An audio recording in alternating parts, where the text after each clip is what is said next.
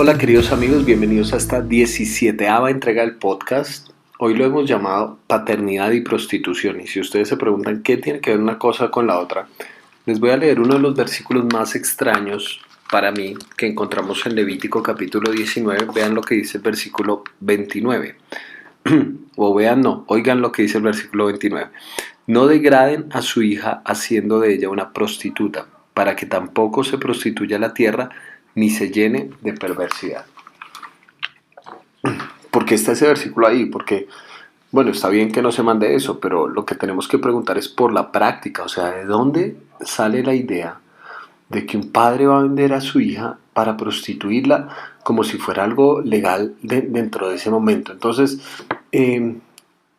creo que este tema tiene profundas implicaciones porque si bien es cierto, hoy en día lastimosamente este tipo de prácticas siguen llevándose a cabo, eh, tal vez en muchos medios, obviamente desde un punto de vista tabú, pero no solo tabú, sino ilegal. O sea, no está bien que una persona use la prostitución de sus hijos como una forma de sustento económico. Eso está mal, simplemente es así, pero por el hecho de que esté mal lastimosamente en nuestra sociedad no significa que no deja de ocurrir.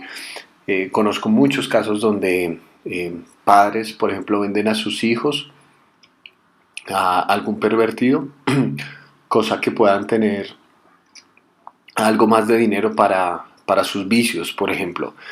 Eh, y ocurren ese tipo de cosas, pero tenemos que preguntarnos más a fondo por qué esto está tan conectado, un caso aparentemente tan aislado, ¿no es cierto?, como un padre que entrega a su hija en prostitución, porque está conectado con la tierra, que la tierra se llene de perversidad.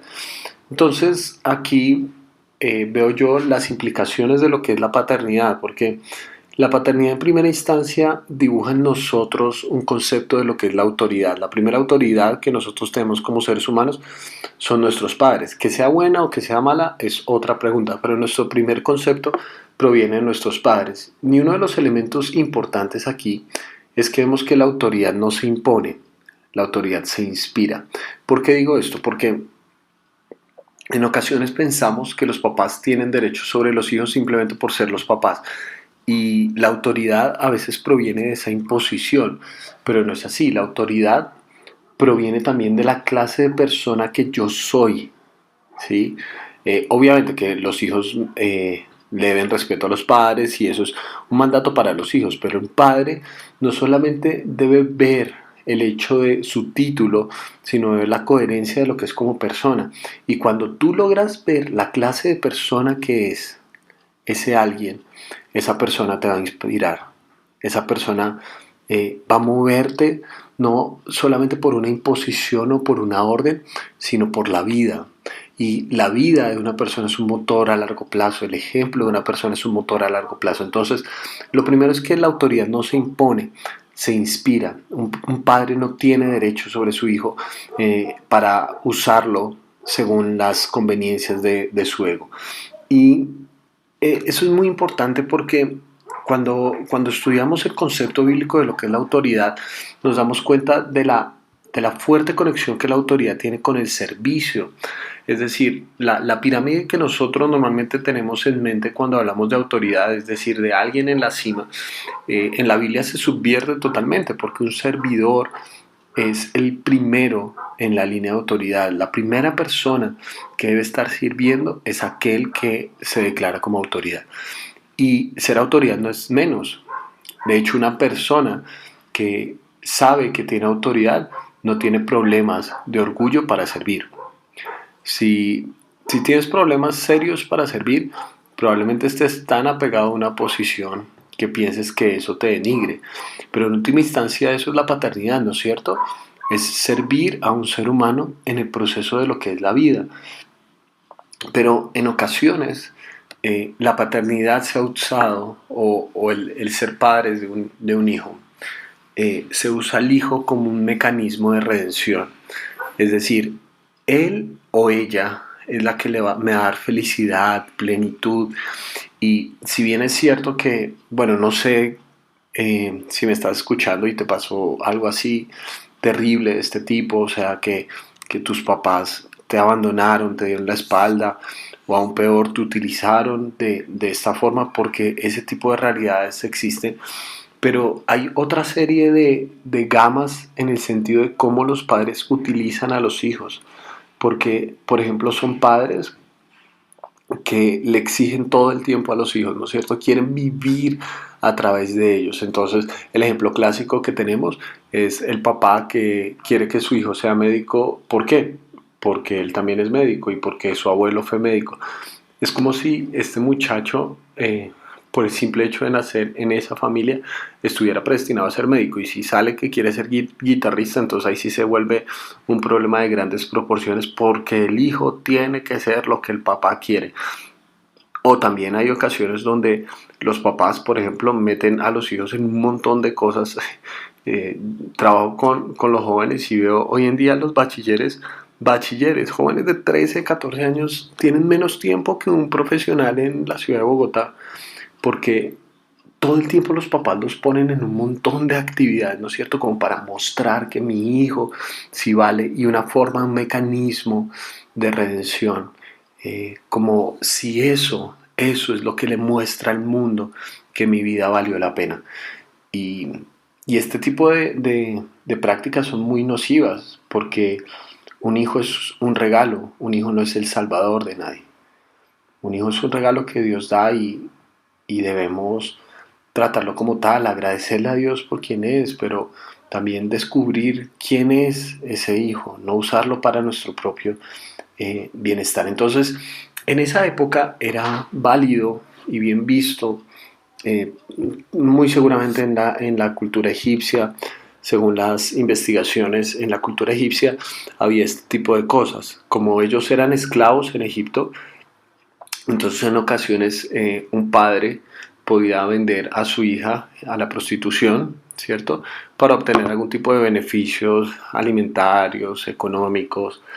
eh, y pues el problema de eso, obviamente socialmente, lo que implica es que Dios le manda esto ya a un pueblo libre.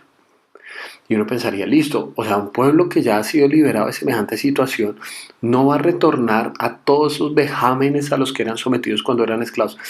Pero nos damos cuenta que probablemente pueden ahora usar este tipo de prácticas para un beneficio económico, ¿verdad? Entonces quiero hacer un negocio por una tierra con un tipo adulto, y el tipo adulto le echó el ojo a mi hija, y entonces, bueno, pues tenemos que cumplir con ese propósito. Vean lo dañino que puede ser esto, a pesar de que es un comportamiento que es tóxico, el bienestar económico, cuando el dinero se convierte en nuestro Dios, es muy fácil que denigremos a las personas para cumplir lo que nosotros queremos. Objetivizamos o tratamos como un objeto a las personas cuando el dinero es nuestro Dios. Entonces, sencillamente las personas son como escalones sobre los cuales pisamos para llegar a la cumbre de lo que queremos. Eh, y si bien es cierto que no necesariamente pasa con la prostitución, la sexualidad se convierte simplemente en una moneda de cambio para obtener lo que queremos. Pensamos que se trata simplemente de un momento de placer, pero se denigra a una persona en ese sentido. Entonces, eh, la secretaria que quiere tener un mejor sueldo, entonces no le ve problema a acostarse con su jefe, o los coqueteos aceptados socialmente. ¿Por qué? Para tener más dinero, más éxito y más poder. Es muy fácil cosificar a un ser humano en pro de obtener una ganancia. Eso es muy fácil.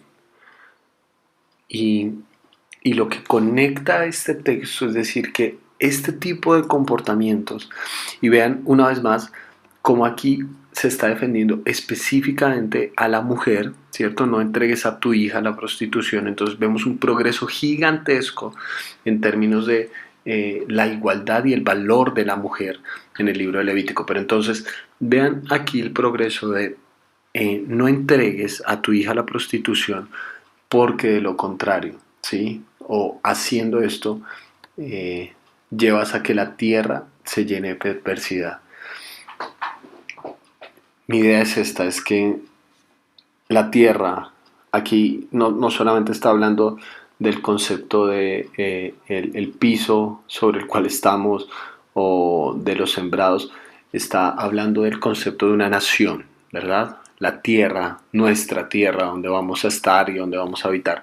Está hablando de un concepto social y la idea es esta, que la tierra, nuestra sociedad, es transformada para bien o para mal, una decisión a la vez.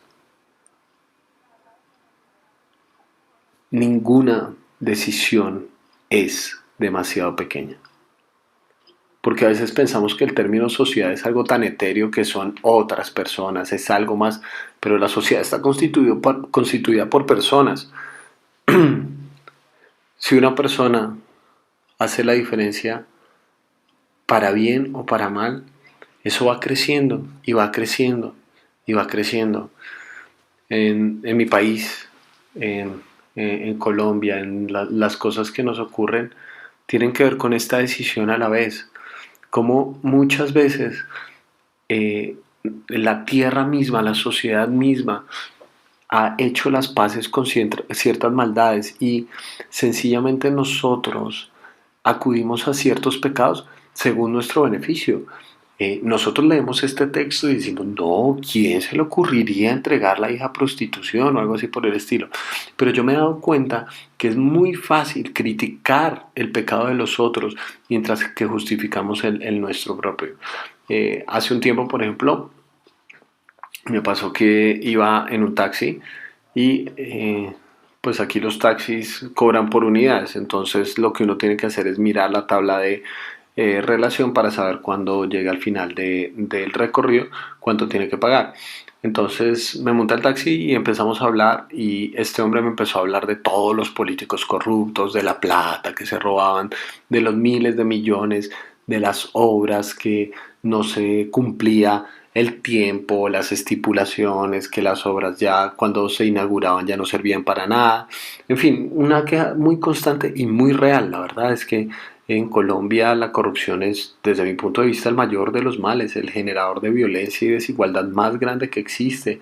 Miles de millones, billones de pesos se gastan en corrupción, es decir, gente que roba. Conozco muchas personas que trabajan en el sector público que dicen que es normal, normal, sí, ya se ha normalizado que las personas paguen cosas corruptas. Y este hombre me estaba hablando de eso y desahogándose y yo lo entendía. Yo entiendo ese dolor, esa desesperación y esa desesperanza de saber que estas personas roban y además de eso, la justicia entonces les pasan algo de dinero de todos los miles de millones que se han robado y entonces les dan castigos que son básicamente irrisorios. Llegamos al final de nuestro recorrido y marcaba X cantidad de unidades, 30, no, bueno, mentira, 100 por decir algo. Y yo miré la tabla de conversión y el precio decía 4.500 pesos. Y el hombre me dijo de una vez 6.000 pesos. Eh, ¿Notas la ironía? El hombre estaba criticando a los ladrones, pero tan pronto como llegamos al final del recorrido, él estuvo dispuesto a robarme. Me vas a decir, "Ah, Miguel, pero son 1.500 pesos". Ese es el punto. Todos somos corruptos en la medida de nuestras posibilidades. Es muy fácil criticar a alguien porque se roba 1.000 millones de pesos, pero si nosotros nos robamos 1.500 pesos, lo justificamos que bueno, este mundo está muy difícil, que son 1.500 pesos para otros. Ven cómo una decisión a la vez se forma todo un entramado social de corrupción, de perversidad, cuando cada uno está tomando sus decisiones corruptas para justificarlas de una u otra manera. Así que creo que este texto nos deja con una pregunta muy clara. Primero para los padres, ¿qué estamos haciendo con nuestros hijos? ¿Cómo los estamos entendiendo? ¿Son ellos nuestro mecanismo de redención o los entendemos como un regalo del cielo para nosotros? Pero a un nivel un poco más amplio y personal, más allá de si tienes hijos o no, ¿Qué clase de mundo estás creando? Porque tus decisiones importan. Tus decisiones no son eventos aislados dentro de una eternidad etérea. Tus decisiones importan. Eh, ¿Cómo tratas a las personas? ¿Cómo utilizas el dinero? ¿Cuáles son tus proyectos? ¿Cuáles son tus razones para tomar decisiones? ¿Cómo tratas a los demás? ¿Cómo tratas a las personas más necesitadas? ¿Eres capaz de pedir perdón? ¿Qué clase de mundo estás creando? Porque a veces nos rendimos pensando que no podemos cambiar el mundo, entonces no hagamos nada. Está bien, tú no puedes cambiar el mundo, pero por favor, no dejes de intentarlo. Necesitamos de tu santa obstinación por hacer de este mundo un lugar diferente, una decisión a la vez. Así sea con tu familia, porque los primeros testigos de tu espiritualidad no son las personas de la iglesia a las que ves una vez por semana, no son las personas que te leen en las redes sociales cuando cuelgas un versículo. Los primeros testigos de tu devoción a Dios son tu familia, son las personas que te rodean, las que más te conocen. Delante de los demás podemos decir esta vida y la otra. Es muy fácil ser cristiano 2 horas a la semana, pero seguir a Dios, ser pueblo de Dios en el día a día, los que me pueden decir si sí o si no, son las personas que más te conocen, y quienes más te conocen es tu familia. No te conviertas, le está diciendo Dios, en tu núcleo social. No perpetúes la esclavitud, la denigración del ser humano. Trata a las personas como alguien digno. Trata a tus hijos, a los más cercanos. Trátalos como personas que tienen un valor eterno. Personas que valen cada gota de sangre que fue derramada en la cruz. ¿Qué cambiaría en tu vida, en tu forma de asumir tu familia, bien sea a tus padres, a tus hijos, a tu esposa, a tu esposo? ¿Qué cambiaría si vieras en ellos el valor eterno que tienen? ¿Qué cambiaría si los vieras a ellos con el potencial extraordinario de transformar este mundo? Si dos, tres personas que escuchan este mensaje tomarán la decisión de decir, ¿saben qué? Yo me doy cuenta que yo cometo estos pecados, que yo soy corrupto en las medidas de mis posibilidades. No me robo miles de millones de pesos porque no tengo acceso a eso, pero me robo 1.500 de vez en cuando, me robo los esferos de la oficina. Y te puede parecer que es una estupidez, y esa es la mayor mentira del pecado, que te hace creer que lo tuyo es una bobada, pero el pecado no es comparativo, el pecado es personal, es lo que cada uno de nosotros está decidiendo en la medida de nuestras posibilidades. De ninguna manera sería justo decirle a Dios, Señor, yo fui un mentiroso, yo fui un ladrón, pero yo no soy tan malo como Hitler. Un juez justo no te va a juzgar por lo que otros hicieron o no hicieron, te va a juzgar por ti, por las decisiones que tú tomaste, así que decide hacer la diferencia en este mundo. Decide que el regalo de la paternidad, por ejemplo, el regalo de ser parte de una familia, no sea manchado con el daño tan grande de la prostitución y de la cosificación. No permitas que algo tan bueno como los talentos extraordinarios que tienen se manchen por querer tener un poco más, por codiciar y anhelar tener un poco más de dinero. No permitas que algo tan bueno, un regalo de Dios, sea manchado de esa manera, porque Dios nos regaló esta sociedad, y esta sociedad se cambia una decisión a la vez. Y mi oración es que tú puedas tomar las decisiones adecuadas donde estás, que no pienses que tu aporte es pequeño, y por pequeño que parezca, es importante. Necesitamos de tu santa obstinación por hacer de este mundo un lugar mejor. Y si son dos, tres, de pronto esos dos o tres que toman una decisión de hacer la diferencia contagiarán a otros dos y tres. Y quién sabe dónde podemos llegar. Espero que esa pueda ser la decisión de tu vida. Cambiar el mundo una elección a la vez. Te mando un gran abrazo.